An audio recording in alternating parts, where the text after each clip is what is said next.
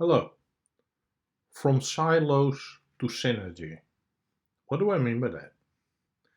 Basically, that everything is connected. Everything is connected inside of ourselves, and everything inside of ourselves is connected with the outside world. That's true for people, things, the planet, anything. Nothing can exist in isolation.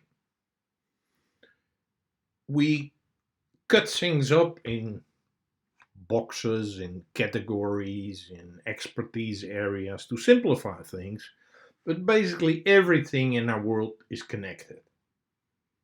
There's nothing which functions in isolation by itself without any influence from others and an influence to something else. There, there are many levels. Yeah, you can even start at the cell level. Yeah, the cells in your body, the molecules, the atoms, everything is totally connected. But one level higher than ourselves, yeah, you could say we're citizens. We are part of the community. We're mostly of the time part of a company. We're part of a city. We're part of a country.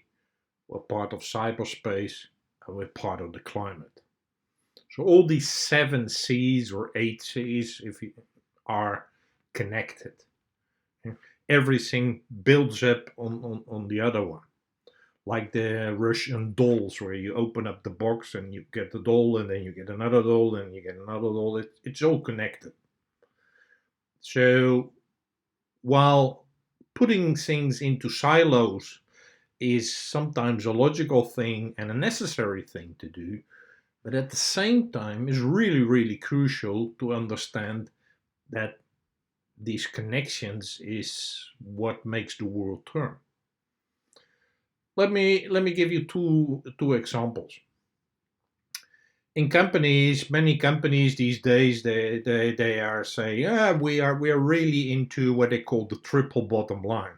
That means that people, planet, profit, that they're equally important, and that's what the way they measure the success of their company.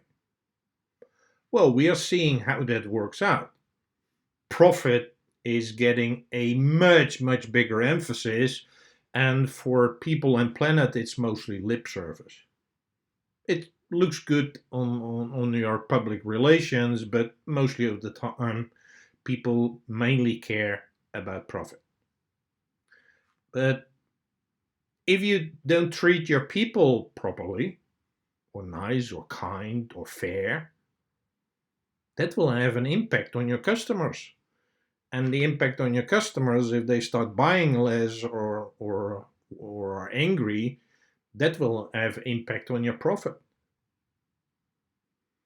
If you are outsourcing a very polluting factory in Bangladesh, and you say, I don't care about the people or the pollution, yeah, as long as my products are cheap, you are again not really seeing how things are connected.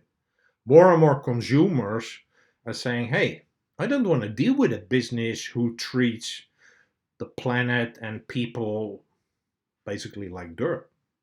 So again, also here, everything is connected. Another example is the climate. Many years ago, I attended the climate change meeting from the United Nations in Germany, and